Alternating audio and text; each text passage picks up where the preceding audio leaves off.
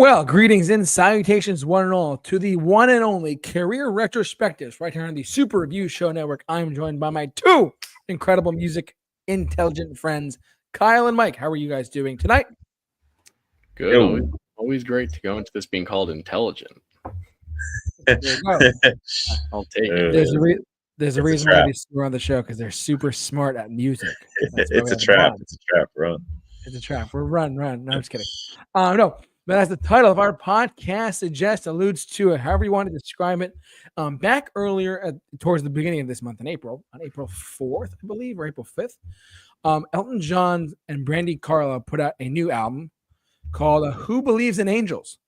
This is without getting too far into it. I mean, tonight's show is on the latest release by Elton John, and Brandi Carlile's Who Believes in Angels. And I'm stuttering already. It's okay. It's okay.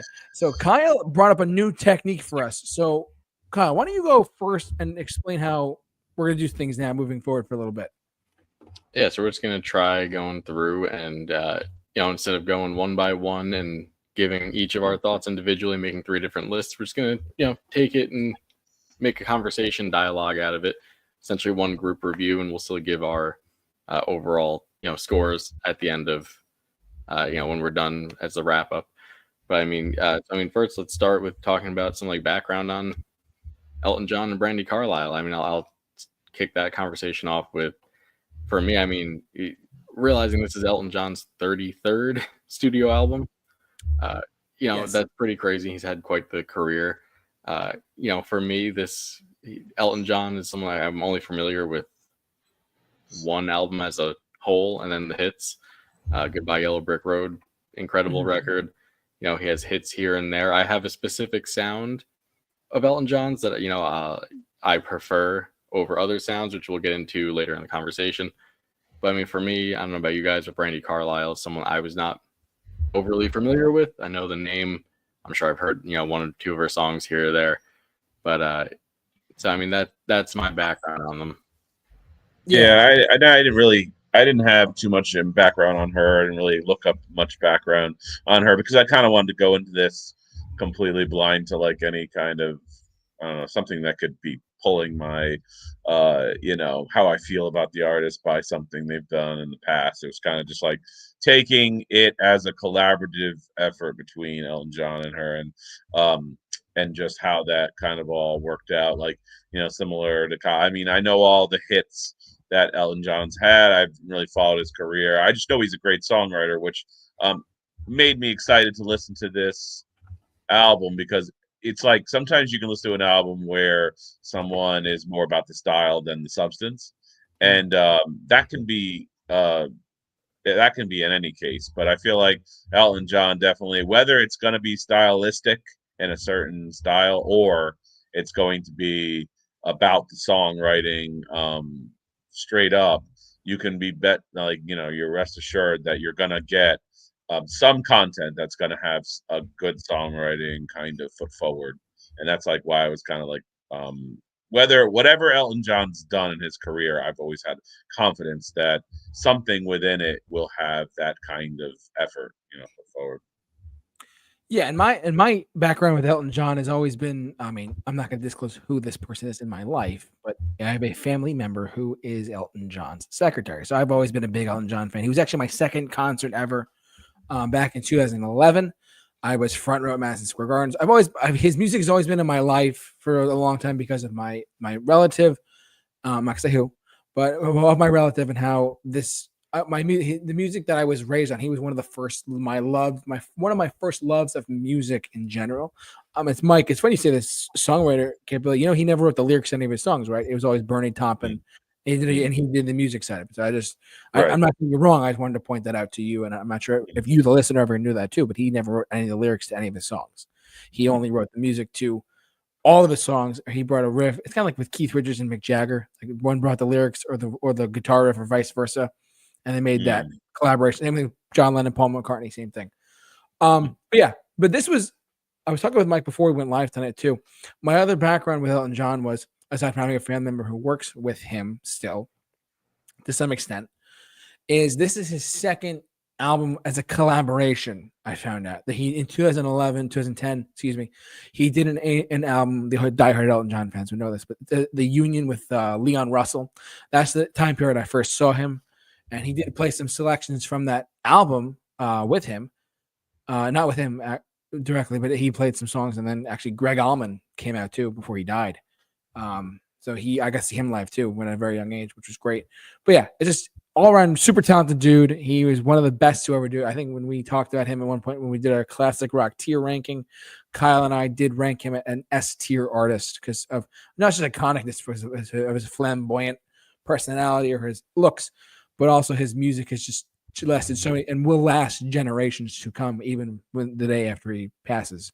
Yeah, my dad actually had me listen to Tumbleweed Connection because that's one of his favorite albums from Elton John, and that was my first ever full album listen through with Elton John. And it was, while it on some fronts wasn't completely my cup of tea, it still made good use of the story and kind of how he painted the picture. And like you said, I didn't know that he didn't write his own lyrics. That it was more of that effort from who was the name again? His name is Bernie Taupin. He was actually a lyricist that they were given to him by the record company. So yeah, which is cool, because I think through any kind of collaborative effort, there's some kind of benefit to be made, especially if you're not your ability as a lyricist only reaches so far. You can really have someone bring out some elements of your music that through that connection, the music will be enhanced.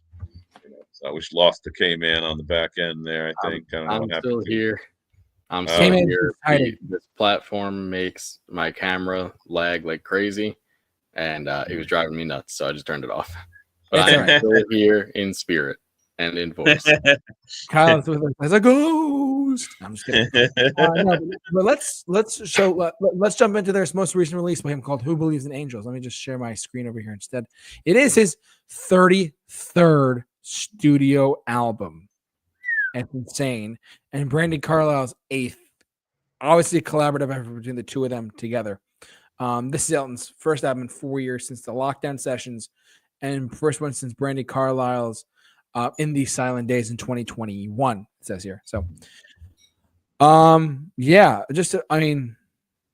you want to start us off with the track listing for a second? And we can go around in circles, but track by track. Is that okay? I don't know if we have to go track by track, but we could just go into highs and lows, sure. overall impressions. Yeah. But so initially going to this record, I was not sure what to expect as someone who wasn't, very familiar with Brandi Carlile. So for me going into it, I wasn't sure if I was to expect something more pop oriented. I know some of his collaborations that were more of sampling of his works that he was involved in with Dua Lipa did that song back in 2020 or 2021. Yes. Forget another pop star did one very similar thing around that same time. Can't remember who it was off the top of my head now. I think the Dua Lipa one was the bigger song. Yeah, the Cold Heart one. So I wasn't sure. Yeah, I wasn't sure if we're to expect more of that or if it was going to be more true collaboration here with an Elton John sound to it. Really, I was curious to see whose album it was going to reflect more. And listening to it, I think that it did a very, very good job at highlighting both artists here, which is something that on a collaboration album is great to do, but something that is very difficult to do. And I think for good and bad at times on this record. But I'm curious, Mike, what do you think? First impressions. For me, that first opening track kind of took me aback. With the lead guitar, kind of had this soaring lead on there. And at times, this song, "The Rose of Laura Nero," vocal melody wise, at times made me think it was had the feel of a slow, almost prog rock song with the vocal melodies on there. And it was at this time actually that listening to it in this opening, I was like, I bet you Andrew Watt produced this record. And I looked it up immediately after, and I was right. So I'm curious, Mike, what your first impression overall of this was. Yeah, actually, it kind of caught me off guard, and I was like, wow, I didn't expect to hear a song that like made me feel like Pink Floyd, maybe even Uriah Heep, and then like also just a folky kind of the way they're singing through Mm-hmm. this song, the way they're like kind of keeping these low registers, like singing together. It kind of reminded me of like, like I wouldn't say Simon and Garfunkel, the way they sing together, but like that kind of like keeping that low register throughout the whole song. It's in my opinion, it's the only song of its kind throughout this whole album that has that very prog 70s Yep. rock feel to it. And I actually was quite like happy with the track. I appreciated it on a level that I think was nice that it was of its own kind. I kind of wanted more of this kind of thing going through the album, but it there were a lot more twists and turns on the way. But I appreciate it. It's actually one of the more highs on my in my journey through the album that I encountered versus some of the other tracks that just didn't really sit with me well. But yeah, it was definitely a high for me. Yeah, and for me, it was just like it was definitely something. The Rose of Laura Nyro, I think that's how you say it. The moment it started, I was like, all right, this is a very unique opening. It almost reminded me of "Funeral for a Friend" for the Goodbye Yellow Brick Road album. That's an 11-minute song. It's a great song. It's a fantastic song. It's one of my favorite songs of all time. "Funeral for a Friend," Love Lies Bleeding. It's like 5 minutes of just on that record release. It's 5 minutes of instrumental and then the 5 minutes of the song. Great track overall. This kind of reminded me of that feel, but to Mike's point as well, like the feeling of the guitar feel of like the. I mean, I'm not the biggest prog guy. I mean, but it definitely had those touches of like prog guitar, like Mike was saying, and just it definitely felt different for an Elton John. I felt like it's a unique thing for both of them as a collaboration. So overall, I think this is a very strong opener to this, a unique strong opener to this record. So, yeah, let's jump over to the next track here with Little Richard's Bible. What do you got, Kyle? Well, I'm just gonna go into my highs for Sure. the album instead of going track by track. I mean, I think this album it did have some songs that kind of sat in like a mid range. I felt like a lot of the more up tempo songs that kind of used Elton John's typical like piano riffing style tended to blend together a bit, but some of the ones that kind of stood above, and not in a bad way, but just they blended together at some points after listening to the album a few times. But some of the high points for me here, I will say Little Richard's Bible was one of them. That song, it's always good. I always love a good like love letter to rock and roll song, which is exactly what this is. It's not a groundbreaking song by any means, but it's a really fun tune, and it has some like fun piano riffs throughout, and it has like this raging horn section that it's very well done. The song doesn't overstay its welcome either. They know here it's just a fun little love letter to that like old school rock and roll. Here's what it is. In the same vein, I got Who Believes in Angels in my top songs as well. This, I think, has my favorite duet vocals on the record. I think the duets are best done here. I do wish that it could have been a little more like Elton forward. That could have elevated it to some like new heights that it could have reached, but they both sound great on this one together. Their voices Kyle, incredibly well here. Yeah. I had notes for that song. I've been there, I've been there, I've been there, I've been there, I've been there, I've been there. So there's that one part where they just keep saying that to each other that made me laugh. It kind of reminded me of like Meatloaf, like when they're the female and male voice are talking back and forth, like Funny you mentioned Meatloaf, because I got that vibe hearing a Swing for the Fences. Made me think of Meatloaf, just because it sounds like a song that's like straight out of a musical. This is not in like my top, but the vocals on this one, specifically that chorus and like that beginning, they sound like straight like they came out of a musical, and it just made me think like this song that like, Meatloaf would have put together like back in his heyday. But interestingly, my two favorite songs in this album are the ones that were not collaborations between the two, but they were their solo songs individually. With my second favorite on the album being You Without Me, the Brandi Carlile solo. track here that sounds identical to if it was lifted off of Taylor Swift's Folklore album, down to the production, down to the instrumentation here. Now, if you've listened to us, you know, and you guys know that Folklore is not my favorite, and it's actually my least favorite. No, that's a lie. Tortured Poets Department's the worst. But Well, Folklore is now that I'm not the most fond of. But this I thought was really well done from a lyrical standpoint. It's actually kind of like a haunting song, and it's just really cool. Like the minimalistic part of it actually kind of works well in its favor here. Her voice sounds great, and it just kind of took me by surprise with how good it was. I didn't expect to like it that much. But Boy, you Kyle, know, I thought that was going to be your least favorite I song can't. on the album. No. But Yeah, wow. I can't talk about this album without talking about the best track on here by far, and it's not even close. When This Old World Is Done With Me, the Elton John solo song of the record, a 10 out of 10 song. This sits, for me, it sits comfortably with the rest of Elton John's top tracks. This is such a well done, incredible album closer. This is the type of Elton John that I love. I love his ballads. His voice on this is the best vocal performance from either one of them on the record. Hands down. I can't name another 78-year-old that sings this well. The lyrics, you know, he doesn't write the lyrics. We know that.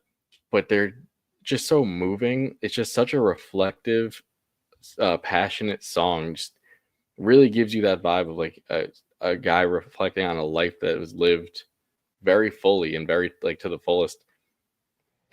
Just a very unexpected way to close this album for me. Really love this track. Curious what you guys were thinking on that one. do you mind if I go, Mike? Yeah, go for it.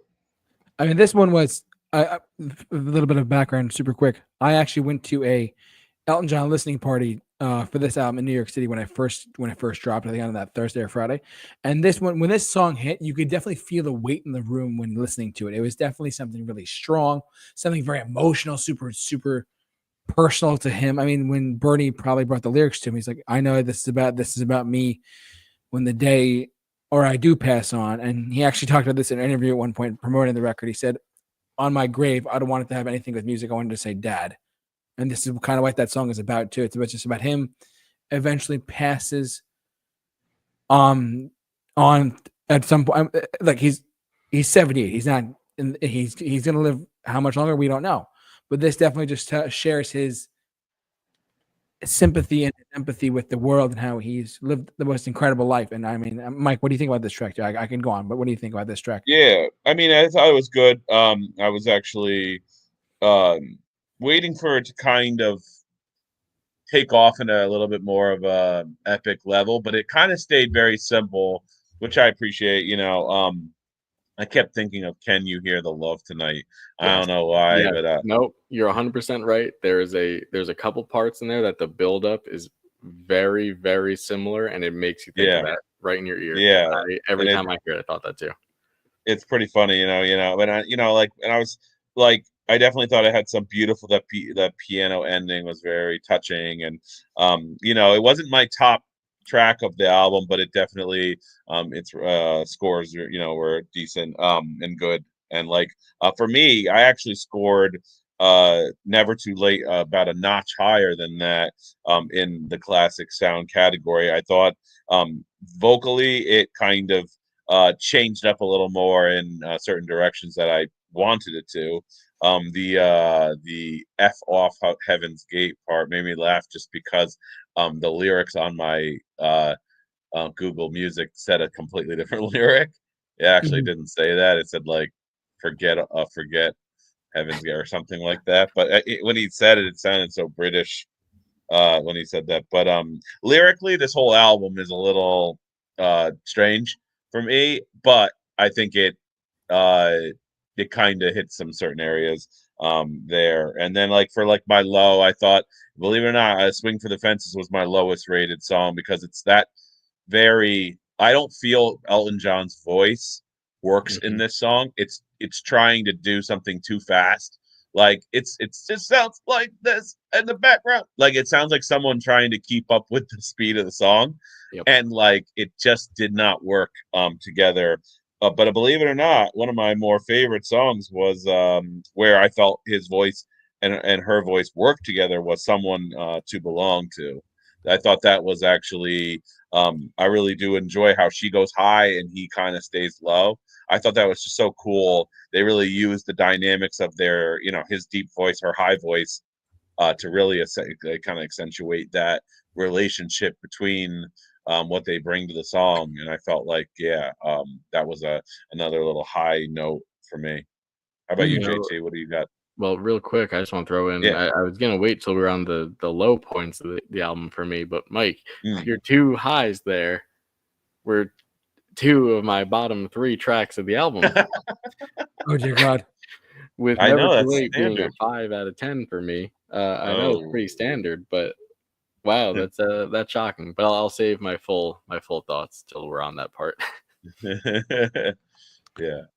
Yeah, I mean, this is like, I mean,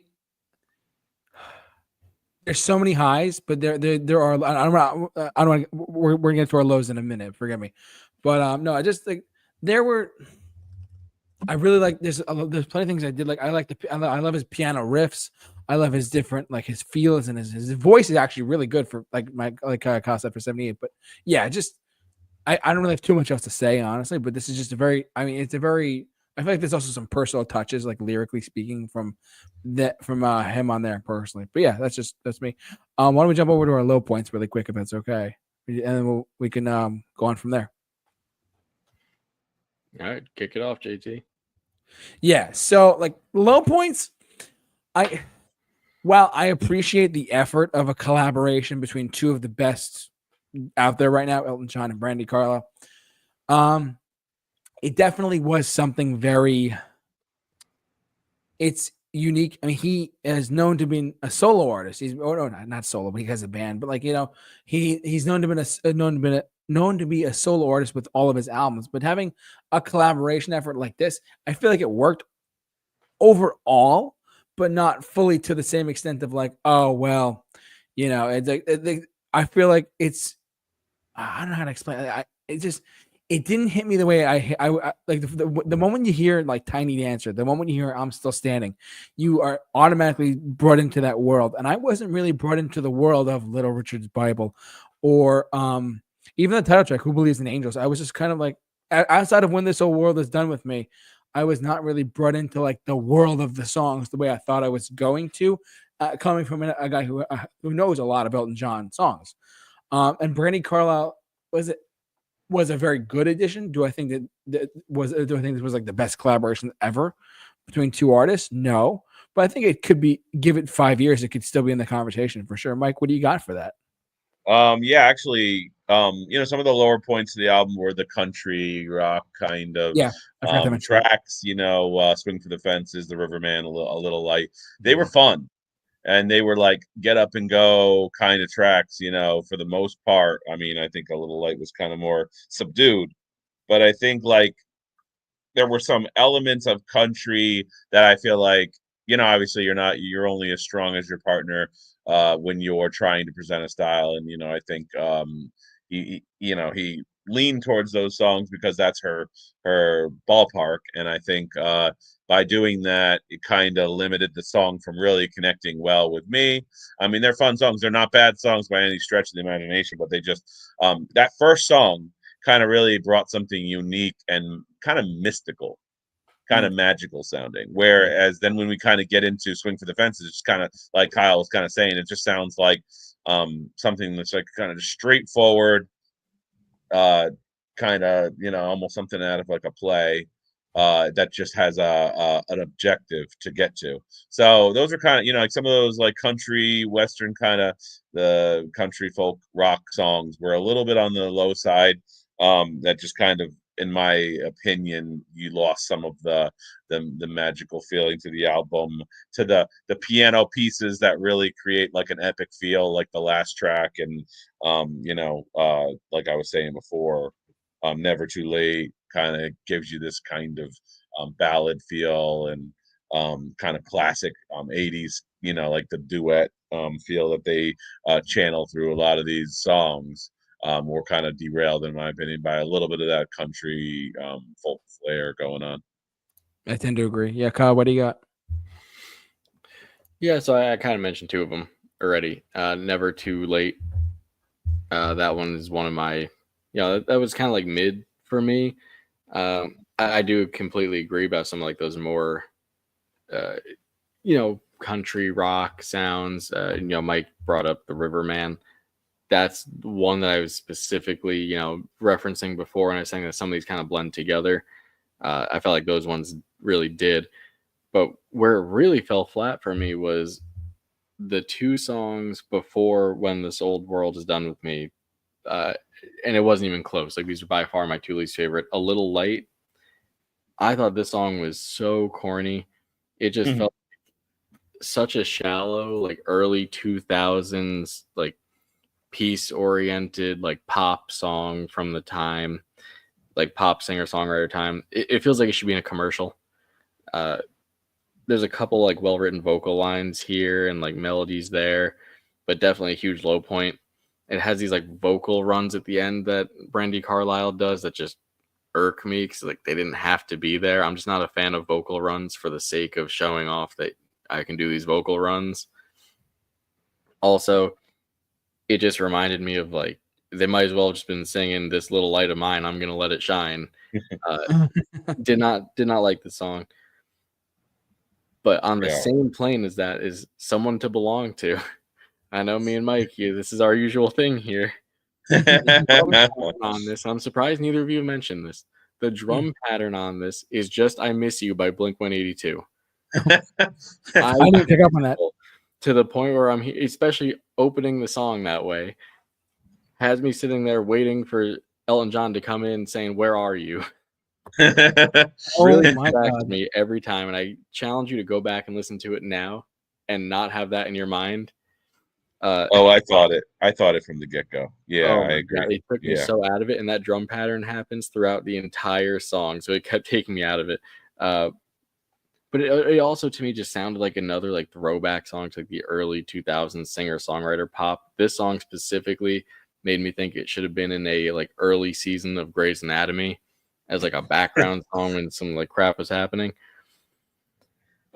So whereas I think that this album really excels in aspects that it does well in, like specifically for me, Elton John's part, I think the duets generally tend to work well. I think the piano portions are great. I think the songwriting and construction of a majority of the songs are very well done.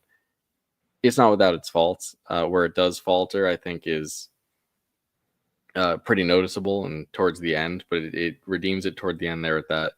So, I mean, I'll just go into my final rating, final thoughts on it.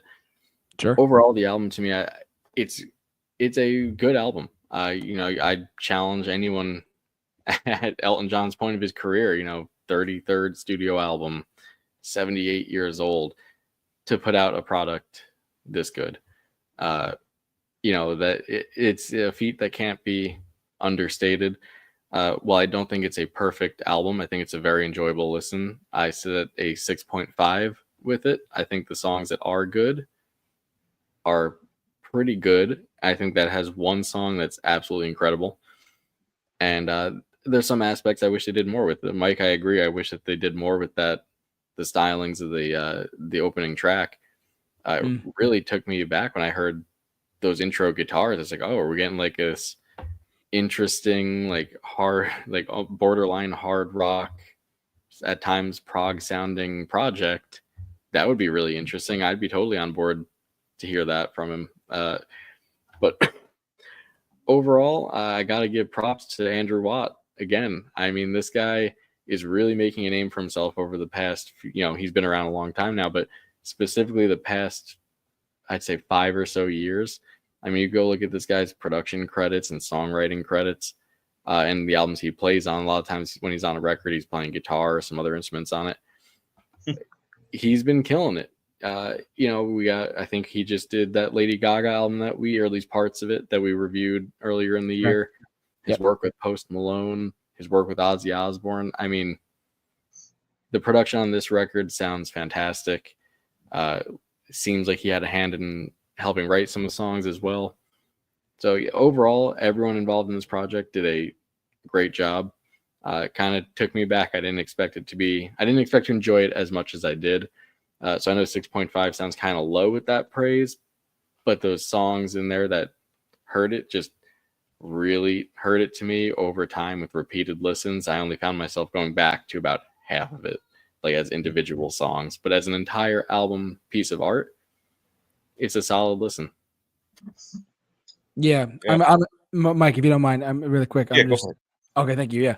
I was saying, like, for me, I mean, as Kyle kind of hit the nail on that, and I'm not just trying to agree with him. I'm just saying my 2 cents as well.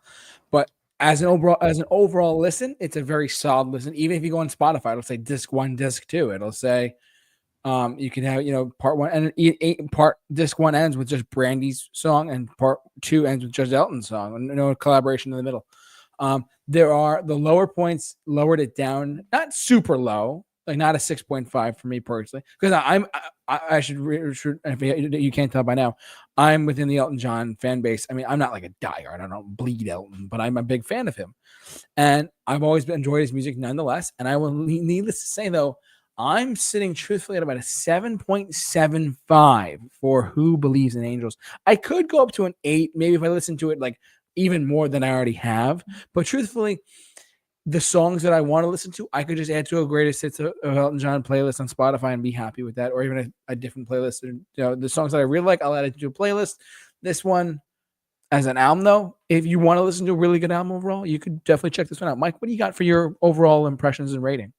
Yeah, so like, on some of the negative sides, the lyrics are a little like, they leave like kind of they paint a kind of a certain picture of someone who's just kind of having a very ironic attitude towards a lot of things. And and then there's that opening song was about someone who Elton John actually idolized as an artist, I believe. I forget what her name was, but I was reading some backstory on it. It's a little all over the place. There's some of the guitars seem a little buried at times. They don't seem like it's not a guitar forward album, but when the guitars do shine through, they're there. Some of the songs Elton and Brandi don't exactly link up on as good as some of the other songs. So in that positive light, it brings a lot of different things. Does a lot of it opens up with a prog rock kind of thing. It hits some honky tonk kind of piano ballads. There's a country songs. There's country folk songs. It kind of does a lot of different things, which I appreciate those kinds of albums because they leave you less bored and more kind of waiting for the next twist and turn.